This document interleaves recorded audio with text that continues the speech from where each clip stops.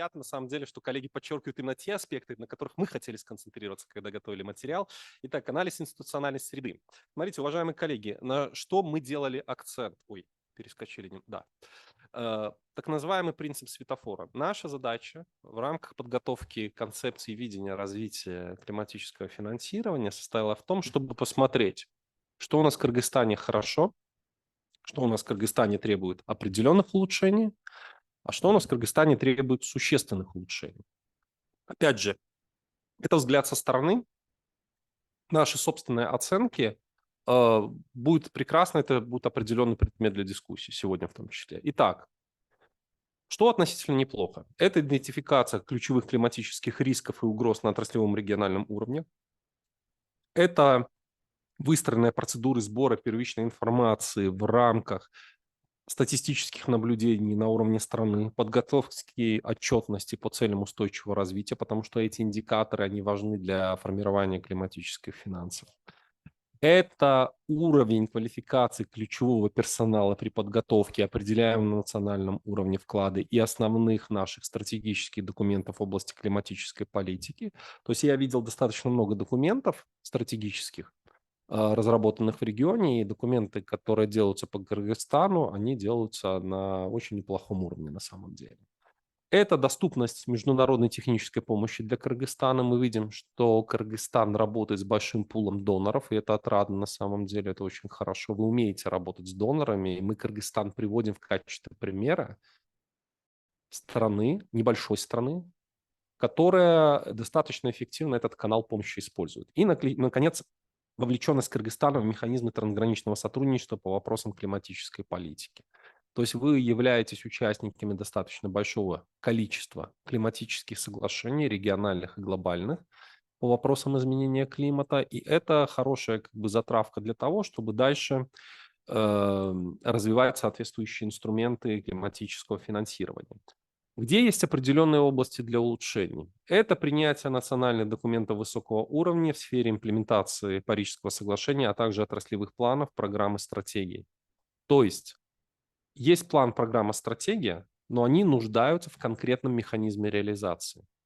Бюджетирование, распределение ответственности участников процесса, работы с источниками финансирования. То, что называется проектный development, непосредственная реализация. Здесь могут быть улучшения. Доступность и транспарентность первичных климатических данных. С этим мы столкнулись в рамках нашего проекта по адаптации.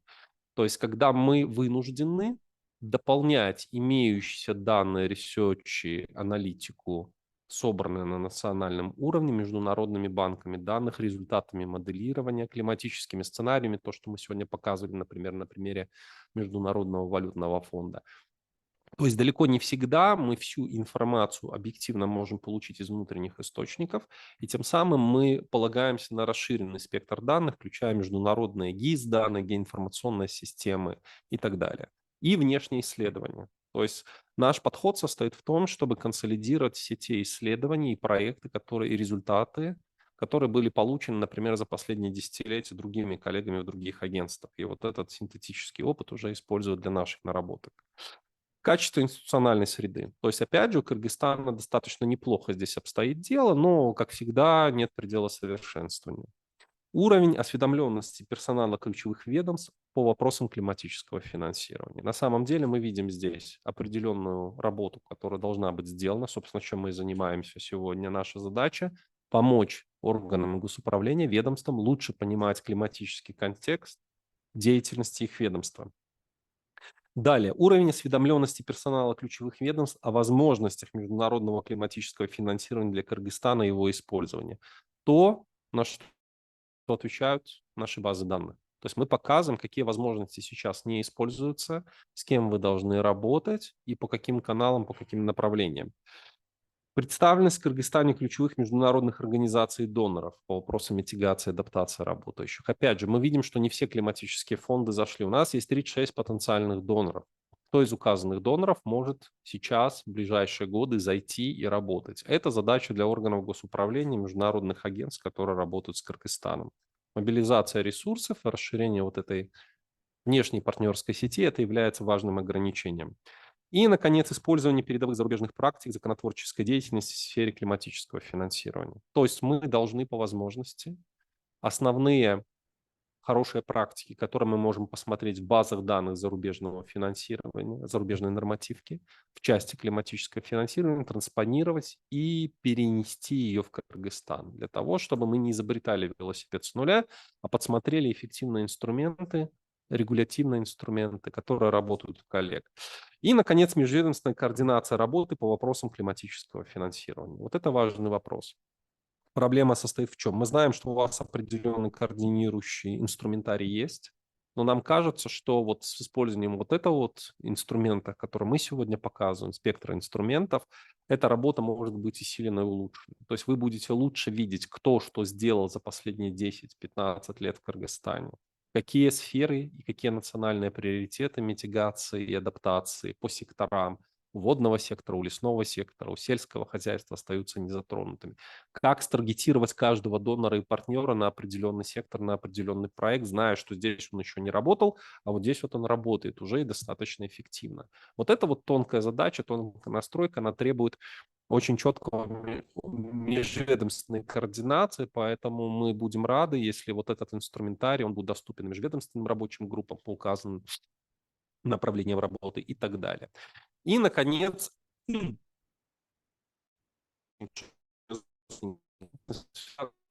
переключаются, поэтому оптимисты. Востребованность представителями органов госуправления Кыргызстана климатических данных, сервисов и сценариев в повседневной работе. Здесь у нас проблема. То есть МЧС, да, они используют оперативные данные для того, чтобы спрогнозировать там потенциально опасные ситуации. Но климатические данные на сегодняшний день не являются базовой информацией, такой для особенно климатические сценарии для среднего и долгосрочного прогнозирования ситуации. Мы предполагаем, что так в секторе, например, сельского хозяйства, лесного сектора, водного сектора. А вместе с тем, по результатам моделирования ситуации, которые выполнялись вот с глобальными моделями, мы имеем достаточно такие тревожные оценки, к какому потенциальному ущербу изменение климата может привести в этих климатически уязвимых отраслях. Исходя из этого, было бы лучше, если бы указанные цифры оценки, они использовались министерствами более активно, чтобы формулировать соответствующие действия, которые предотвратят эти негативные последствия. Потому что мы говорим про потенциально очень большой ущерб, потенциально потери там процентов ВВП национального, это очень большие ущербные оценки. Далее, мы хотим улучшить доступность ресурсов бюджета всех уровней для решения проблем, связанных с изменением климата. Мы сегодня еще раз посмотрим на эти цифры и увидим, что бюджетных ресурсов недостаточно. Они совершенно точно не могут закрыть всю потребность и даже половину потребностей в инфраструктурном финансировании, которое у нас есть. Мы видим, что не развиты инструменты, внутренние инструменты климатического финансирования коммерческим сектором. То есть банки, иные игроки финансового рынка, они, к сожалению, пока что в эту тему не идут. А мы опять же покажем сегодня с помощью цифр, где лежит потенциал, где лежит сотни миллионов долларов, которые можно в этом направлении мобилизовать. И здесь попытаемся выставить инструмент, как это можно сделать. Наконец, использование международных баз данных наилучших доступных технологий и решений для планирования или реализации климатических проектов. То, о чем говорил Александр Тамирбеков сегодня. То есть наука знает, а ведомство, бизнес не знает про эти решения и особенно их не используют. Квалификация персонала в части реализации климатической политики на местном уровне. Здесь проблема есть, потому что если на уровне центральных органов исполнительной власти, министерств, ведомств люди еще знают, что это такое, потому что они стратеги, на уровне областных администраций, городских администраций с этим беда. А мы сегодня показывали, что планирование адаптационной политики, климатических финансов в рамках соглашения мэров, например, это задача городских администраций на сегодняшний день. Любая администрация европейского крупного города, больше там 10 тысяч человек, они знают, что такое энергоэффективность, декарбонизация, адаптация. Наша задача научить последовательно людей на местах этим инструментам, потому что они отвечают за планирование развития инфраструктуры на местах. И их задача интегрировать вот этот климатический аспект в ее повседневную деятельность. Ну и, наконец, доступность климатических финансовых продуктов для домохозяйств. У нас на сегодняшний день нету таких продуктов финансовых, чтобы помочь населению реализовывать малые проекты у себя дома. Сегодня мы детально на этом аспекте остановимся. Касательно анализа регулятивной среды в сфере планирования климатического финансирования. Вот что можно сделать. Что мы сделали? Мы посмотрели основные аспекты законодательства, которые свойственны развитым странам, которые вовлечены в процесс изменения климата. И мы посмотрели, насколько указанные нормативные акты отражены в национальном нормативном акте и в отраслевом нормативном акте. И здесь у нас есть ряд маркеров плюс-минус. Где-то что-то написано поверхностно, красный крестик, ничего не нашли в отраслевом нормативном акте. Итак, у нас какие аспекты должны найти отражение в последующих редакциях либо в новых нормативных документах? Общие вопросы климатического финансирования, климатическое финансирование сельское хозяйство, климатическое финансирование водный сектор, транспорт, энергетика, энергоэффективность, промышленность, лесное хозяйство, риски стихийных бедствий, здравоохранение. То есть везде, когда мы говорим про новый комплекс нормативных регулятивных документов на уровне отрасли, в той или иной мере эти аспекты должны там отражаться, особенно в части ресурсного планирования. То есть где-то вы указываете абзацем, что для реализации программы здравоохранения в ближайшие годы мы планируем сделать вот это для учета и для смягчения негативных последствий изменения климата. Для этого мы планируем использовать следующие финансовые инструменты по линии климатических финансов. И показываем 5 доноров, значит, 3 фонда, которые могут нам что-то предоставить, определенный ресурс в рамках тех проектов, идей, по которым у нас уже есть. Далее. Зеленое строительство, зеленые городские и сельские территории, климатические научные исследования, трансфер технологий, образование и подготовка кадров в сфере климатической политики и зеленого развития, стандартизация в сфере климатических решений, бюджетный процесс, процессы, программы, планы и стратегии по вопросам климатической политики. И здесь, опять же, у нас должны быть сделаны определенные последующие регулятивные изменения на уровне подзаконных, отраслевых актов, поэтому мы видим, что нормативная база, она во многом является таким важным краеугольным камнем, который задает направление движения уже всего процесса климатических финансов. Вопросы межведомственного объема климатическими данными, институциональный мандат по вопросам инвестиционной политики в уязвимых к изменению климата отраслях, механизм измерения отчетности верификации, наша больная тема, за которую мы там боремся нещадно, где, надеюсь, там подвижки определенные будут. Международная техническая помощь по вопросам изменения климата и международное сотрудничество. То есть везде на уровне нормативного отраслевого планирования, там, где вы рассчитываете получить 3 цента внешнего финансирования, либо по линии неких инструментов господдержки, вы должны эти вопросы найти и отразить в вашей нормативной базе. Таким образом выстраивается регулятивная стратегия. Еще несколько аспектов. Наконец, конкретные инструменты. Механизмы энергосервиса. Мы должны принять решение, он нам нужен или не нужен, и затем, если нужен, нормативно его отразить. Механизмы поддержки эффективности в домохозяйстве. Аналогичным образом. Механизмы налоговых льгот и субсидий, климатического страхования. Торговли квотами на выбросы, углеродного налога, зеленой ипотеки, зеленых облигаций.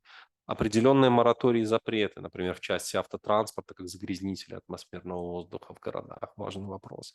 Механизмы зеленых закупок, механизмы доступа к ресурсам климатических фондов. Везде данный аспект должен быть регулятивно отражен. То есть это база, исходя из которой вы начинаете планировать стратегию развития климатических финансов. И, наконец, есть 2 подхода, каким страны могут идти с точки зрения законодательных регулятивных изменений. Например, ряд стран может принять закон о климатическом финансировании как базовый такой основополагающий документ, и на его, с отсылкой на этот закон, разрабатывать соответствующие либо корректировать подзаконные акты, будь то кодексы, постановления правительства, отраслевые ведомственные акты и так далее. Есть подход 2. Без принятия данного закона заниматься внесением изменений в нормативную базу, будь то законы, постановления, кодексы, с отдельными ключевыми дополнениями. То есть везде вносится новый абзац в новую редакцию, либо блок приложений, которые подсвечивают важность и необходимость развития тех или иных инструментов климатических финансов. Каждая страна сама для себя решает, что для нее надо. Вот почему в помощь данному как бы процессу законотворчества, регулятивной реформы мы и даем вот эти все зарубежные базы лучших законодательных практик, на которые имеет смысл обратить внимание. Вы всегда можете очень быстро посмотреть, что такое есть закон о климатическом финансировании, либо нормативный акт в любой другой развитой стране, на какие вопросы он отвечал, будет ли достаточно такая практика работать в Кыргызстане, вы это знаете лучше нас. Мы даем просто некие наводки по возможным инструментам, как это может быть реализовано. Если мы говорим про лучшие регулятивные практики в сфере климатического финансирования, есть ряд аспектов. Ну, еще раз мы просто упоминаем вот эту базу данных, чтобы мы еще раз это фиксировали. Она доступна, находится в открытом доступе, что самое главное, она регулярно обновляется.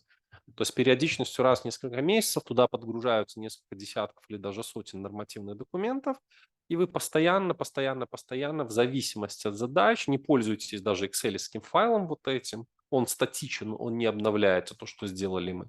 Вы всегда можете зайти и найти самую последнюю версию документа с использованием ну, как бы того инструмента. Еще раз обращаем внимание на то, что такое климатическое законодательство. Законодательство в части климатических финансов с точки зрения всего охвата тематики. Это доброе там 25-30% всех нормативных актов, которые в этой сфере принимаются на уровне всех государств мира.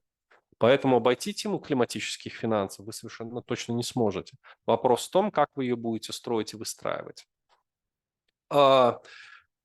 Отдельно, я думаю, что мы сейчас еще покажем несколько примеров по бизнес-моделям, как это работает. Но прежде чем, я не знаю, там, когда мы будем готовы на перерыв уйти, смотрите, каковы основные бизнес-модели работы на рынке климатических финансов.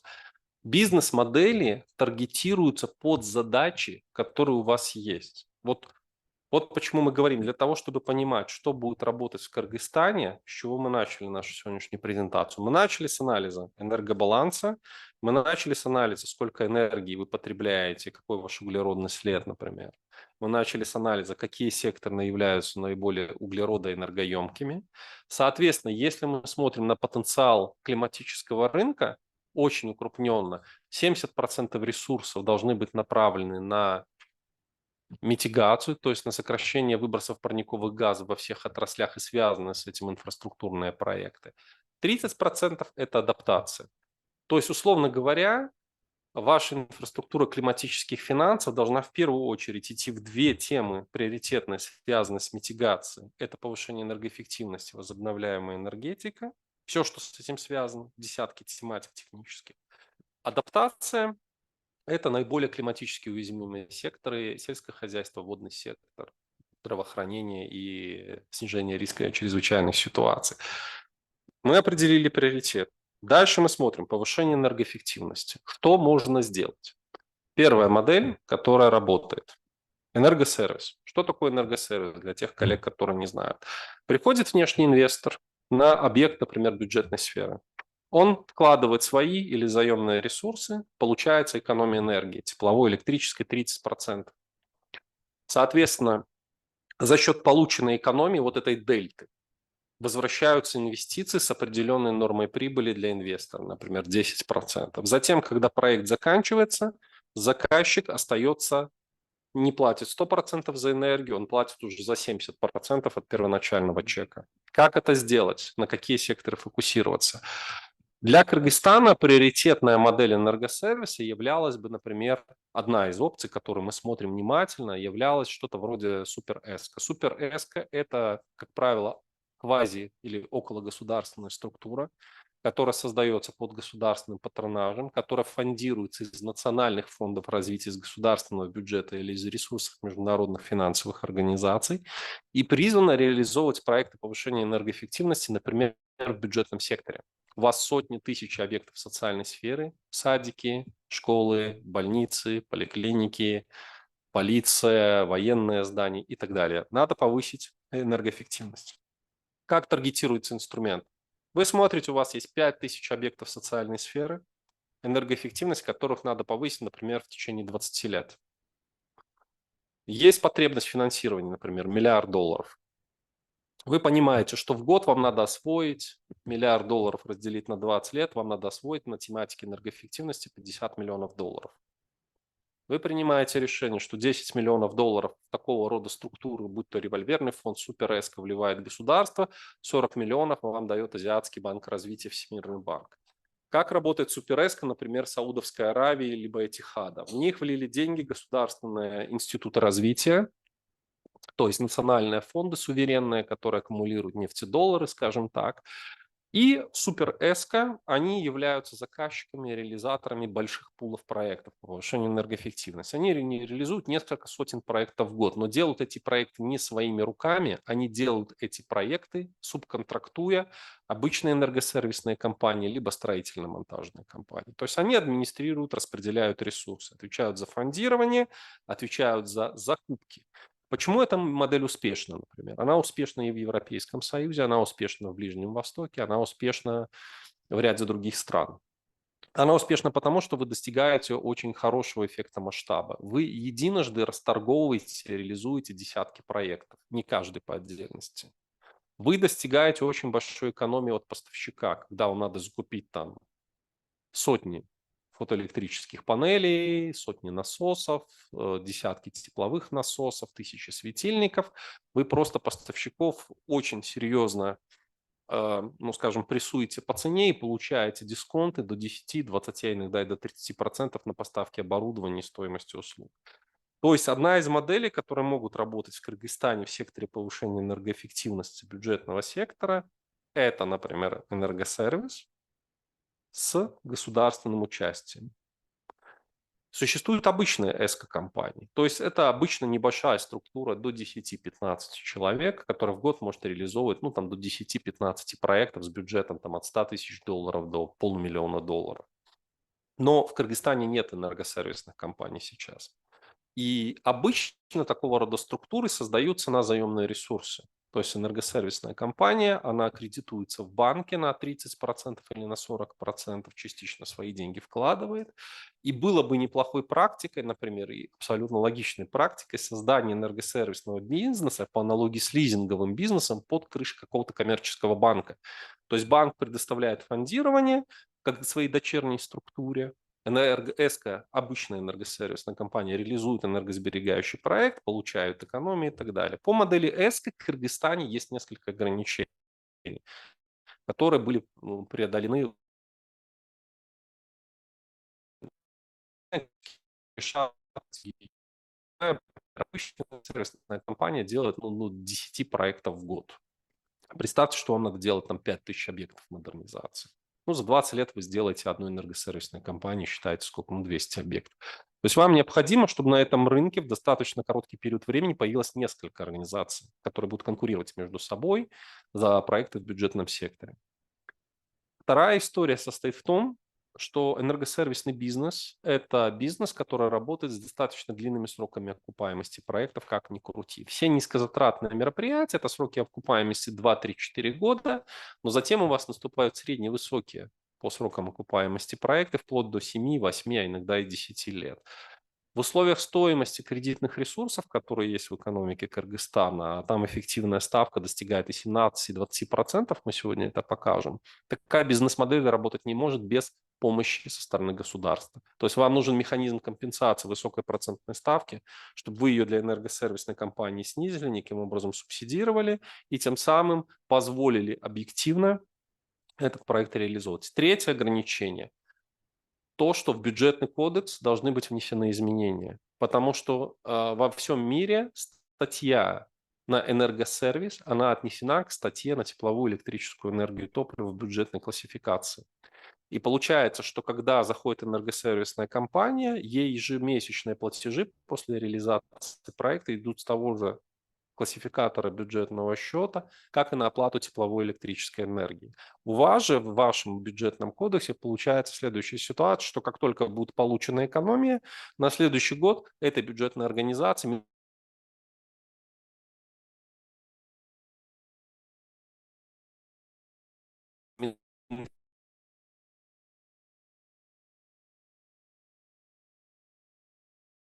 сервисных компаний, она может работать.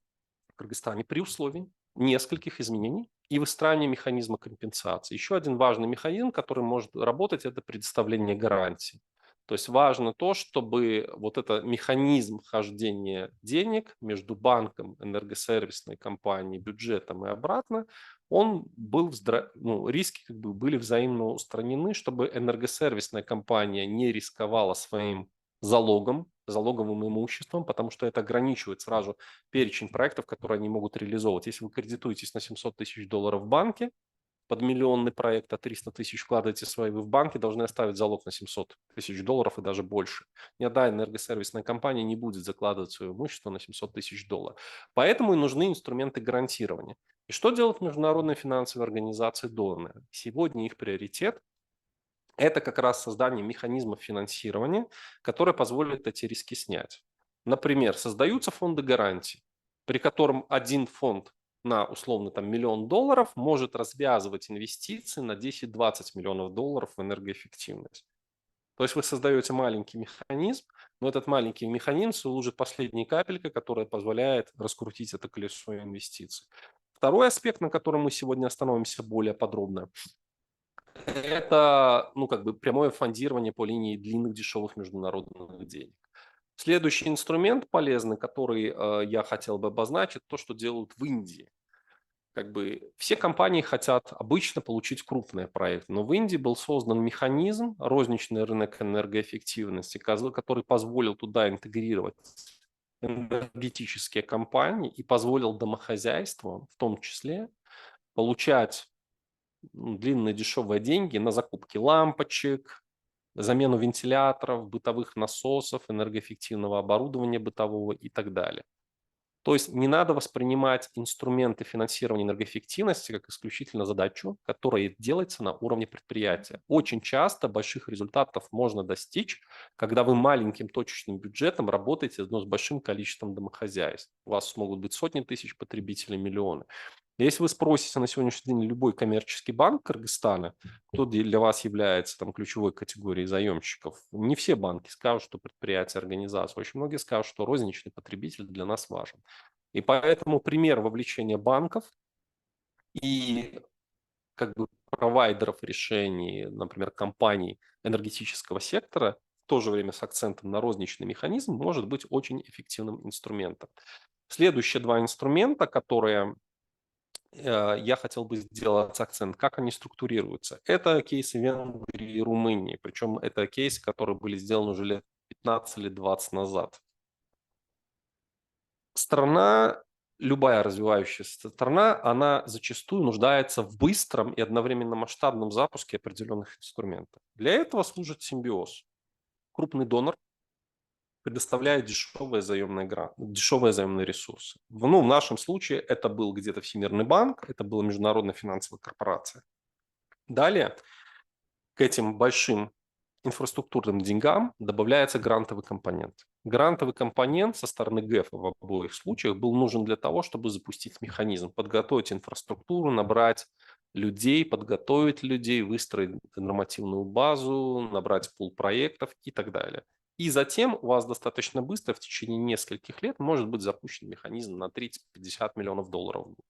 Вот программа развития ООН на такого рода механизмы сейчас очень активно смотрит. И мы видим в этом, наверное, единственную такую успешную модальность запуска крупных проектов единовременно в секторе повышения энергоэффективности. То есть нам нужен единый крупный стартер, то есть единый крупный займ на цели повышения энергоэффективности при содействии определенного донорского компонента, который может быть получен, 1 миллион-2 миллиона долларов, и в то же время создание устойчивой инфраструктуры, фондов, которые поддерживают проекты повышения энергоэффективности, например, в секторе общественных зданий. Вот то, что я показываю на этих слайдах, это альтернатива энергосервису.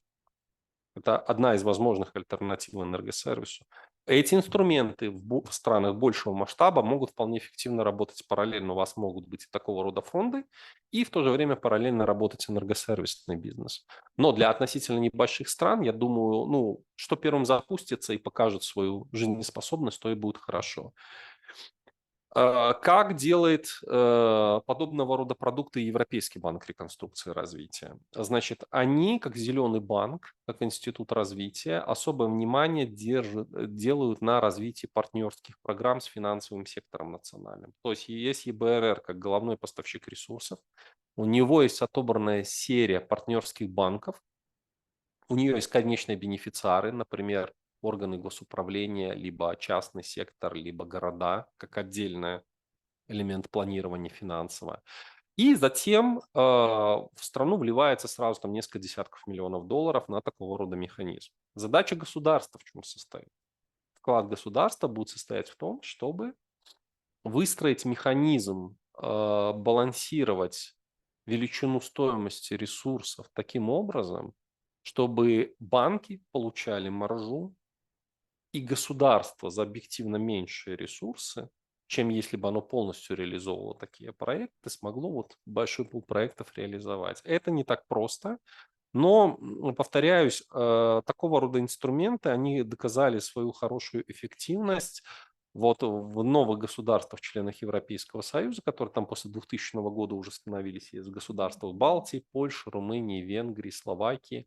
Вот там это работает хорошо. Ключевой ограничивающий фактор для подобного рода механизмов – это величина процентных ставок экономики. То есть, когда у нас банковский кредит, он достаточно высокий, то подобные инструменты потребуют очень значительной компенсации потерь банкам коммерческим со стороны государства для того, чтобы сделать эти ставки приемлемыми и проекты реально могли реализовываться, и государство могло бы обеспечивать должный эффект от реализации проекта. Отдельная проблема и самая сложная проблема для сектора повышения энергоэффективности Кыргызстана – это повышение энергоэффективности многоквартирного жилого фонда. В чем проблема? Перекрестное субсидирование, низкие тарифы. Любые проекты в жилом фонде, которые можно делать, они приведут, если их делать хорошо, они приведут к значительной экономии энергии. Вот та первая часть нашей презентации, которую мы сегодня показывали в начале мероприятия, какой сектор за какую долю энергопотребления в Кыргызстане отвечает, она четко показывает, что жилой сектор у нас основной потребитель. Жилой сектор у нас делается на индивидуальные многоквартирные дома. Вопрос, что делать с многоквартирным жилым фондом, если у нас субсидируемые тарифы и этот проект не окупится никогда. Опять же, решение было найдено путем поэтапного повышения тарифов для всех категорий, включая население, ухода от перекрестного субсидирования. И на примере Литвы еще в начале 2000-х годов был создан фонд при участии Всемирного банка. Каким образом? Они направили ресурсы в единую структуру, и туда же в эту структуру подтягивались ресурсы организаций товарищества собственников зданий жилья, то есть ТСЖ, то, что называется. И затем при участии министерства, регуляторов строительства, архитектуры, энергоаудиторов был создан механизм реконструкции многоквартирного жилого фонда, при котором частично работы финансировались за счет жильцов, а частично они финансировались за счет вот этого фонда, который позволял платежи сделать комфортными для населения, растянуть на 10 лет. Что получалось в итоге? В итоге получалось, что на начальном этапе население платило за коммунальные услуги, за тепло в первую очередь, плюс дополнительный тариф. Но затем, когда проходило 10 лет, проект становился полностью окупаемым, и этот платеж снижался значительно. Ну, условно говоря, как это применительно? Так люди платили бы 200 евро за квартиру неутепленную, а так они платили 120 евро. И вот за счет вот этого вот комбинации достаточно высокого прогнозируемого повышения тарифов и растянутости возврата денег по времени достигался возврат инвестиционных затрат в несколько тысяч долларов в расчете на одну квартиру, например, двухкомнатную, за 10-летний период.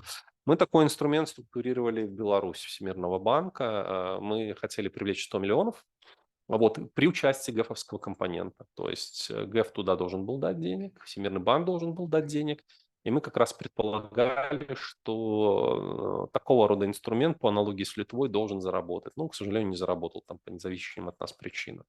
Но вопрос в том, что надо очень четко понимать, что наибольший потенциал по сокращению энергопотребления, который в Кыргызстане находится в жилом секторе, во многом многоквартирном жилом фонде, он будет самым тяжелым для реализации. С индивидуальным жилым фондом работать проще. Мы покажем это, как это сделать. Но, наверное, уже сделаем это после перерыва. У нас еще будут две наиболее такие большие важные презентации, с вашего позволения.